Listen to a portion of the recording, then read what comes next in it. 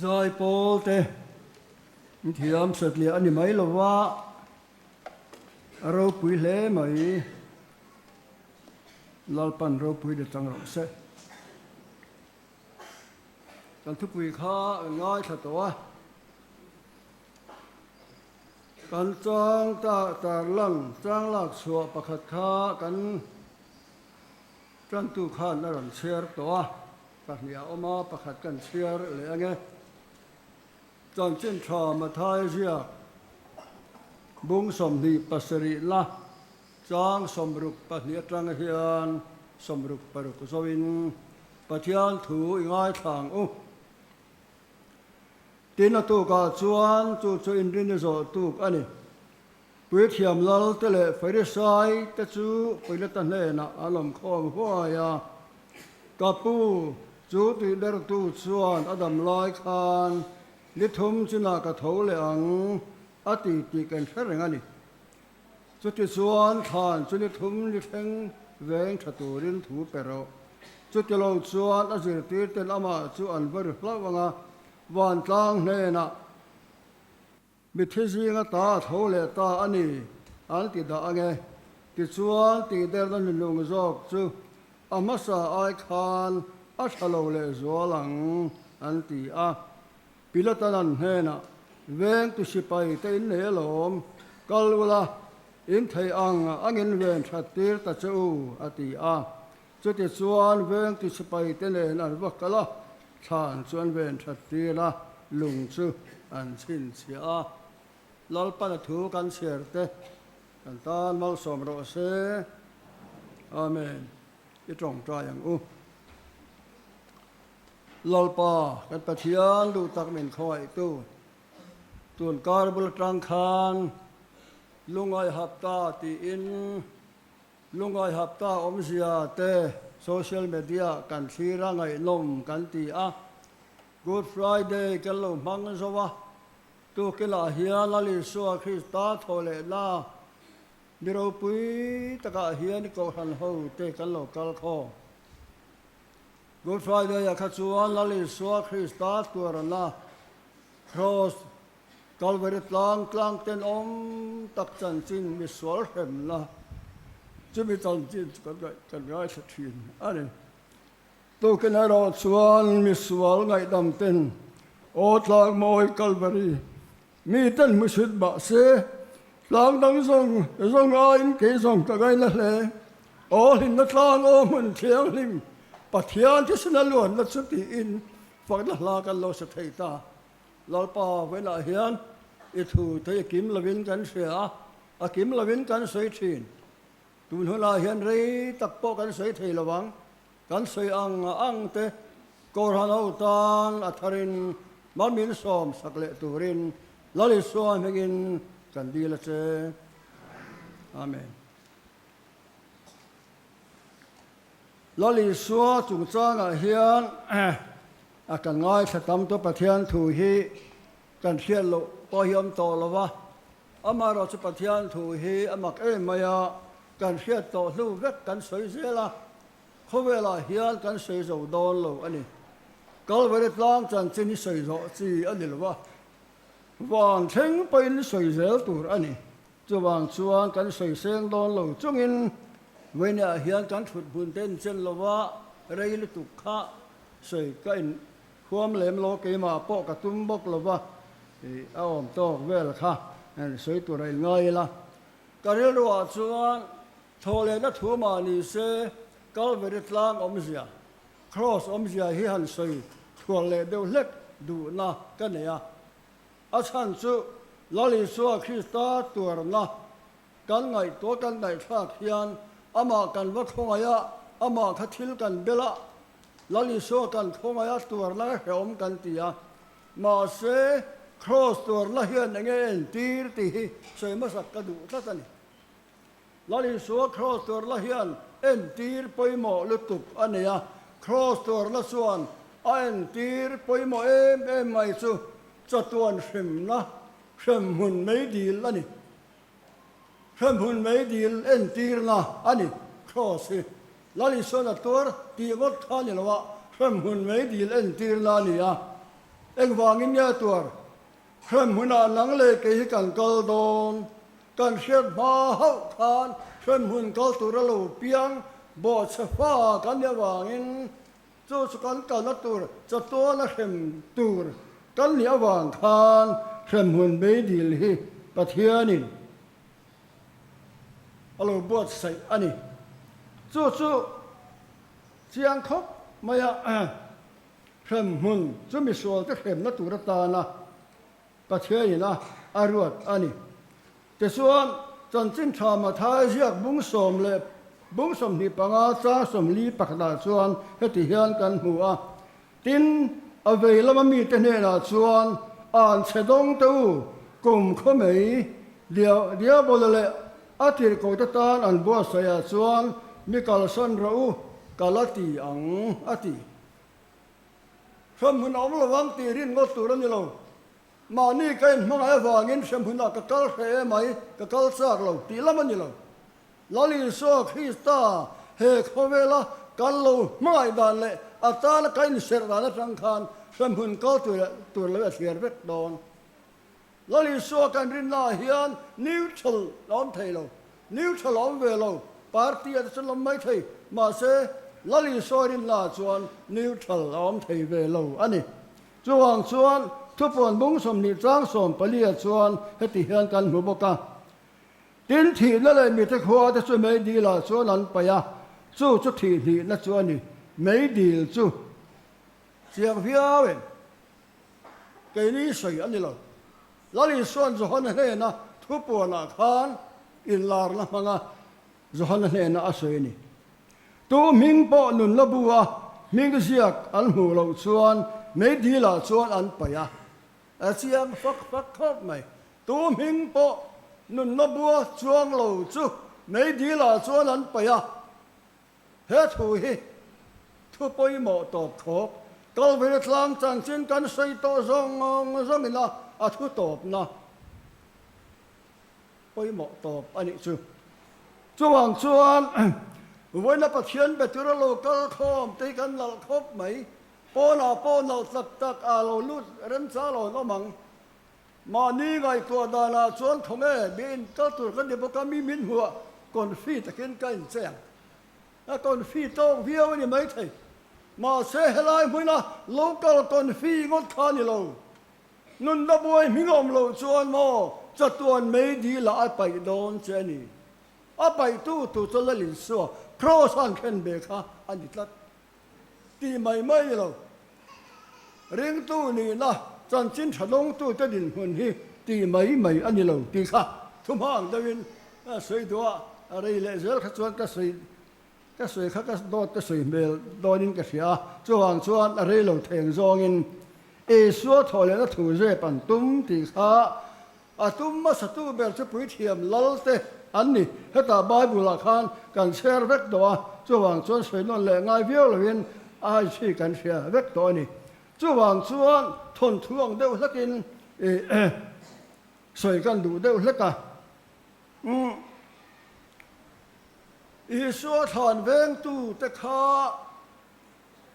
a tho le amari la Magdalene le mari tan juk kala an hon le khan than veng tu te po kha an ho ve le ta ani ti kha bible in asoya ma se an pui thiam lo te na report an pe dan zong kha chu a soi chiang lo wa thilom zian soi an soi ve ta ti re ngota thilom zia kha nge ti kha ni ka ri ro ka song to na chuan ti kha pui thiam lo ten si pai te kha than ve tu ra han ro ta an nin an kal ta rin om ta kan ve nga an tum lo thil alo theng ta sia ta chuan ti hian an lo thawa ti khan pui thiam lo te ne na khan an vakal le ta ni tu kan ji a khan cover ma in ti chuan pui thiam te kong kan wa hong ta pui thiam ten an lo pui thiam lo ten lo mu khan mak an ti hle in ka ringa ti chuan an ni khan za takin pu tu ke ni ho hi i so than veng tur khan min ti nge ya rinom takin than chu kan veng ne ya long toy varin kan venga amai ro chu tu ken jing khovar pha khan thil mak deu mai lo theng ta kanom la chuan lir alo hing ta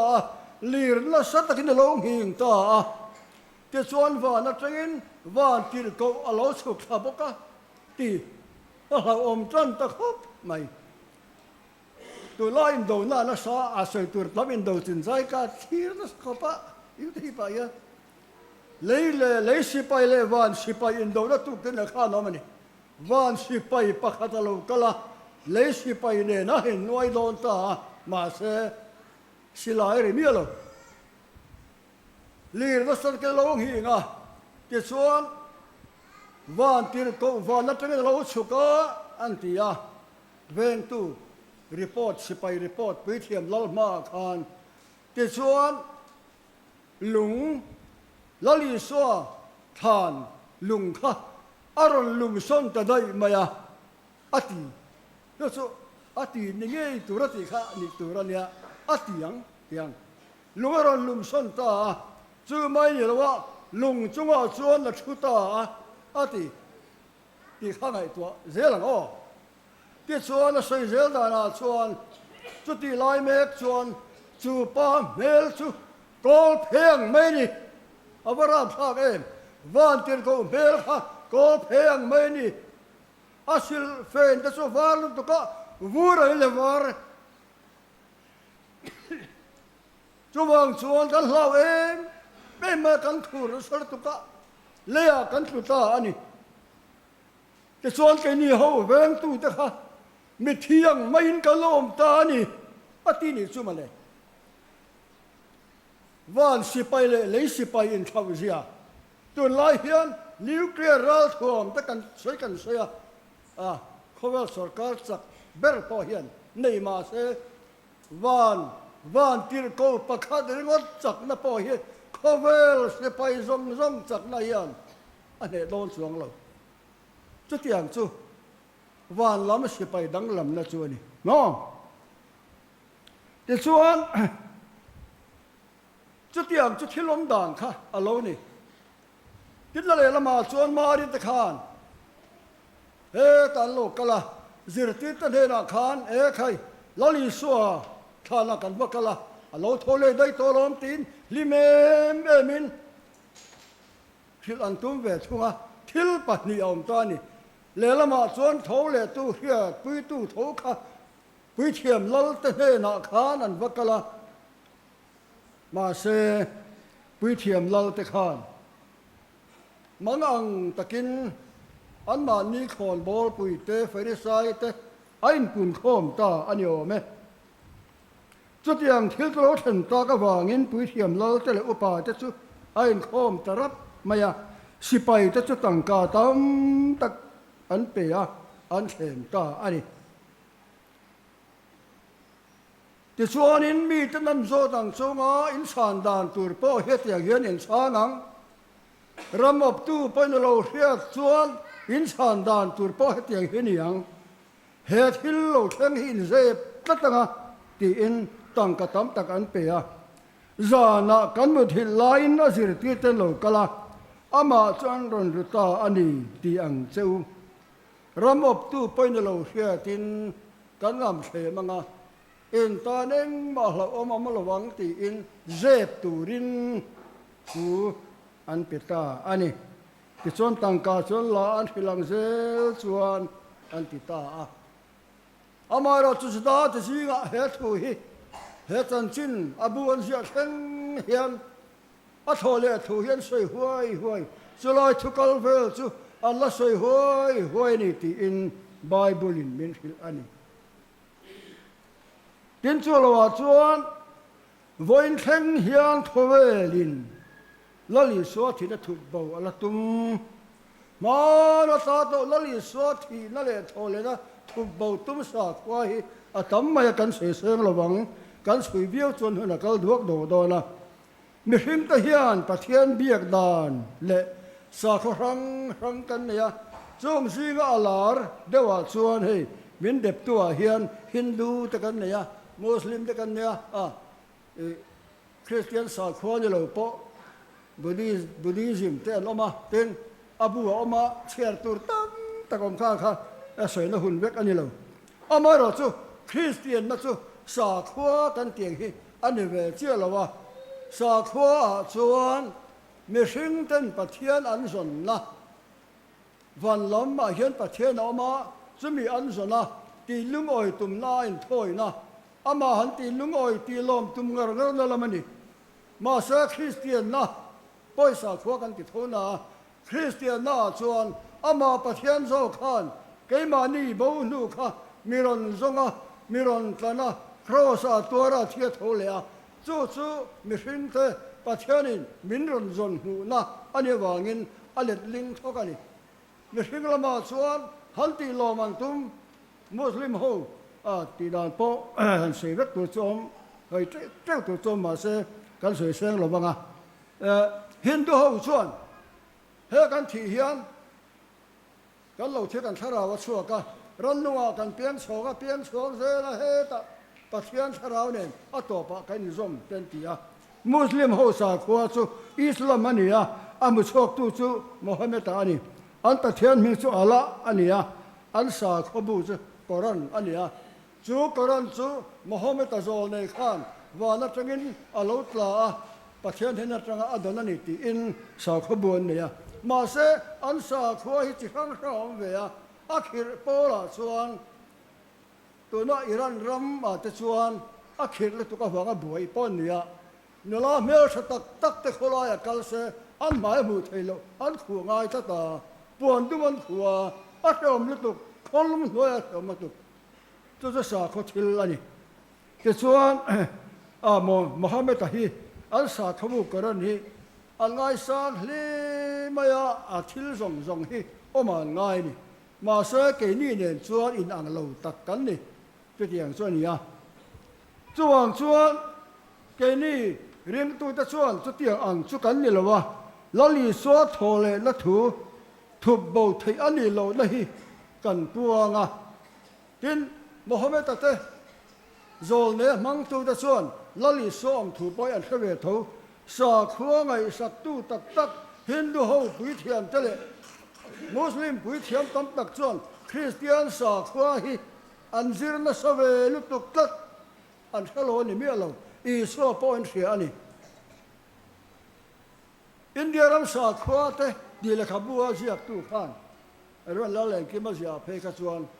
india ram hindu kul mu zinga hian englana oxford christian sa khwa ha mi christianity subject ka ala pakhat chuan doctorate degree a huti christian bible zirhian doctorate degree christian sa khwa kan ti mai lali so be mi alowin lali so ring tu tele thal tum na tang khan zira doctorate degree a hutheni di ha zia ka kan oima chu piang chu khobela hian mi ten christian da poi an zir na sa khop mai maro chu tu na kan han soi tu ra hi chu lali so nge chu pui thiam lal tele fere sai ten a thole lawani ti in sipai ho ten hena khan tham la pe in thup tum ma se zirtir ta khan ain hil chong zela a thole alom le tin amai so nge kha thup tum ma se aloin lar ta sia no zirtir ho hena khan ain lar ani ain lar thina an ma ni pol ve tin ter ko te kan huwa ni som ni chum zet kha khowela hian lali so kha ala chamani a tho nu khan ni som ni chum ala cham ti hia turani chui chung chuan zirtir ta kha a pol thin mo te chuan muslim ho chuan ti helan soya e so chu pathian pa ani lo ti te mari pa ani tin poma e so crossa thilo ti te e so chu pathian zol nei pakhat ani ve mai ti te ani amaro chu zol nei ni sala chuan a thia thole lawang kenin kan nial na chuan ani le in mohammed a hi thia a thole em an ti chuan cham thei lo re zol nei I so in nga ya kan I so Christa chu a thole a với là hiền cần nghe nào ôm mà câu thần hô adin xin hận tì chuan ấn đằng đấy mà sẽ giảm chúa cái lem lo tâm tắc chuan amar cái sợi đồ su tuân là hiền Mohammed ta te zir tinat pam tu ten ang point soi sia sela khovela hian lali so chan chin hi apuang dar zela irana po khuan asang telin an buai ain ka hnuai hian lali so an zong lali so an hu an lal fanu te po lali so mu an nia an sipai general te po lali so mu an ni chutiang chuan Korea na te po ki South Korea kan tia North Korea chu lali so khi ta chan chin soi oi mia lo na ramania ma se eng ma za tu nam thu tu la hian chu khobe kal mangani Kenya chuan lali so chu azir ti tan he na ai lara mu thein alo langa ko ran ho lo dinga voin theng hian ke ni he na po lali so chan chen chu ke mi chak lo ber po hian ka lo soi thei ta ani khovela ring tu ti du da darama po Christian an pum zel mai North Korea te China te India po an pum na sakhop maya a kan sei seng lawang tu na hian India rama hian mi hring mak ta doi som thum pali Christian oma ngai ania census kan nei dona census pli khania ta chuan India rama chuan za pahni le point pathum bial Christian angin min chala kan tlem khop mai ma se mak ta doi som thum pali chuang an omani tin China rama hian Christian chu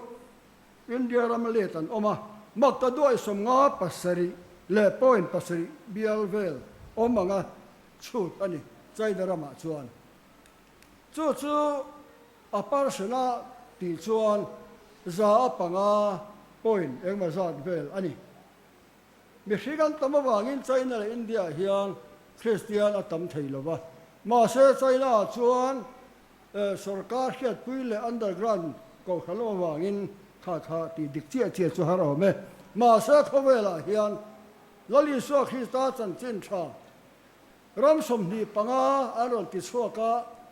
sarkar lian deu thanem khop maya tu na kan soi kha chu a har salai ma se lali so chan chin hiat la le adar zau dan kan hiat ve tan kan soi mai ni Keni mi zo nam po hian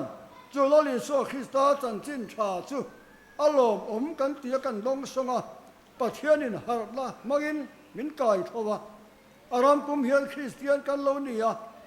kan wa han van nei en khowela nambal beran sei kha tu na son kan wa han moi te re e vo helai tlang he lang deu fe ka moi mai chan chin tha wangin kan wa han moi te lul le tro chan chin tha hian kan ram hi min wa han thua moi ve o namra thei kha lungoi takin min om tira chan chin tha kan long mai ni long pathian thu thiam tak mi pa le me chia kan le ya tin la phua thiam tak po kan la mai vainia hian a pathian thu lang la mai chuan mi zo Christian ten pathian fak na la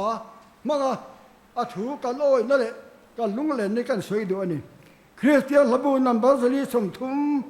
paria ta chuan mi zo pa lo thang pia chuan heti hian la alo phua spo ka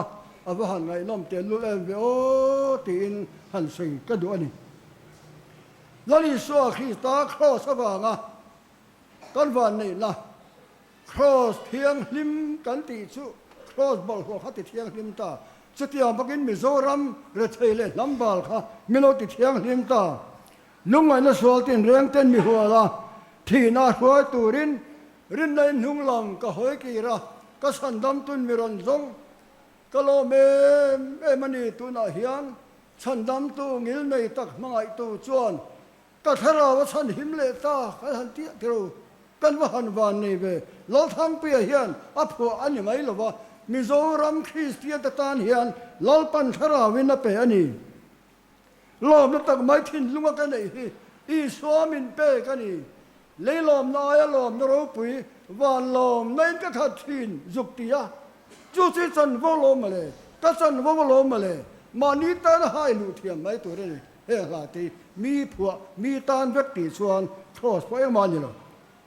beram lo la len na tlang ka therin lom na chuan min huwa ka thi na zor don ka kai huna chuan van roi ro pui ka ki don ala ti le sa de wan ya awahan ro pui en mi zo pa la po hi khovel ram dang sa pho kan ti chai po hian an duai chuang lo pathian hian mi zo fa te min van choi moi tak em ve o tla moi kalvari mi tan mu sit ma se tlang lang zong ai ke zong ka ngai na le o lim na tlang o hun thiang lim pathian thi suna lon na zo ti ta hi a phwa chu tu po ni se laro pui tak avan ni te lul en ve o tlang thiang lim lo tlang chop le bol lo ber tha lali so wangin tlang thiang lim lali so te lo nang le ke mi sol bol lo kha mi sol ten fai kan lo ni hi kan van lo ni lo tak en te chuan chu lo chuan khang kan ngai thak tak zong te kha ke zong mi an lo ma hi ma ka ba lo ve thei lo ve ke ma hian lo na thlen ve lo kan tien chu se mi tong tak thin lo ani mi ten lo ma ke ka lo ve thei mi lo ma e ge mo ka din hun le ti ha an boi thin mi tom tak chu chung te po chuan ve ne hian ken ngai to tu ro mang lo ve thei lo mi te chu lom tu ro ni mai I tan lo li swator na zong ka ngai to ngun la chatuan sual hem na me di la kal mai tur kha chatuan nun na amarin va ga an perigot kha egat ni mai lom lo ri got lang le chu oi lom to ro pu chu khwela zong te om lo sim Donald Trump po hi khwel ram ro pi ber president ya alom kim chuang lo tu na hian indo na ara phak na ka indo na an di got alom tak chuang lo ti hi no chuan langma zo kha lalpa tanin pe la atan nung ve turin in pe la lom na lam chu pathian ta chu ni chuan lalpa choi moi turin khowela hian ti hla kan sang kan lalpa choi moi turin langma kha in pe top mai la he khowela hian Israel na zong nen pan la alo cho kang che tia lom ama lom tum lam ani lo lali so Krista khan lut la itluk lo in pe chia khan pathian chuan nangma khan lom na ta him na te tharau thiang him pol na te aron peng cha igai to na sol kha achalam nirin pathian thu te fakna ha te ron pol don che lom chu zok chu ni chuan Israel na zong nen pan la alo cho kang che ilom na cha chuai lawang lalpa ma chuan lalpa chu fakin lo zai la zai on tlang fain minan ti so kalom mo aran pa lom tum ri got tha ani vak chuang lo chuang tan ram ko ran hian kan ngai tua tel zel tur chu kan thu kan ti top don to nga pathian thu ka chia ranga an top na ni selagin kan van nei na te pathian mal som kan don na kan soi sel lawang amara chu he khowela kan lom na ro hian lali so Krista kha ze bon tum athi thole ze bo ro lo ni lo ve wana ko han nang le ke kan loma zai po ro pi ta kan ngai tha ama kan fak na hian lali so cha thole ani ti athi chianga ani le a thole ani ti hi milang nena khamia lo nena bible to lovin shil ro le don ta sai shil thegem le nang ma thole dan kha I hie mo so tu ne tharau thiang limin nang ma na tho dan kha chu tiang choni in lali suan ka henan thu soi ni ti soi dan tu ri hie mo ti te po kha kan zo na ni tel ta sela helai bible thu hi kan sia ranga lali suan thi na thole na hi dễ bầu chi anh lâu thu pon bung nga chang som atanga som pakhatla chuan van lam malali so an choi moi na ro pui tur zia tu kan zinga khalanga khan van mi tan lom dan tu je ka ngai to alo pian zana khan van mi pui tan na ron sa ta pin len hira te ni tu kan ai ro chuan van mi tan valom donen va pai so Krista lalber khowela lo kala cross ati lumoma mol phau to patha na phum a lo thole kha van mi ten volom donem ti in thupon bunga chang som pakat thu hi kan siarange nangle khabu chola a sin siara ta phel flak ini talinom to chitana mi te trong mitina mi te trong tinami te nam tinami te pathian tan i tisani le ya kan pathian tan khole tele pui thiama ti siam ta sia tin ka han ena lo thut pha le thil nung ta le upa ta vela chuan van tir ko tam tak o ka sia an tam lam chu asinga sing mun sing tam tak le asang mun sang tam tak an ni chung ta chuan o ring takin biram no tal to hi thil ti thei na te hau sak na te fin na te chak na te choi moi na te ro pui na te mal som na te hutlak ani an ti lal pa na thu kan za tan mal som ro se amen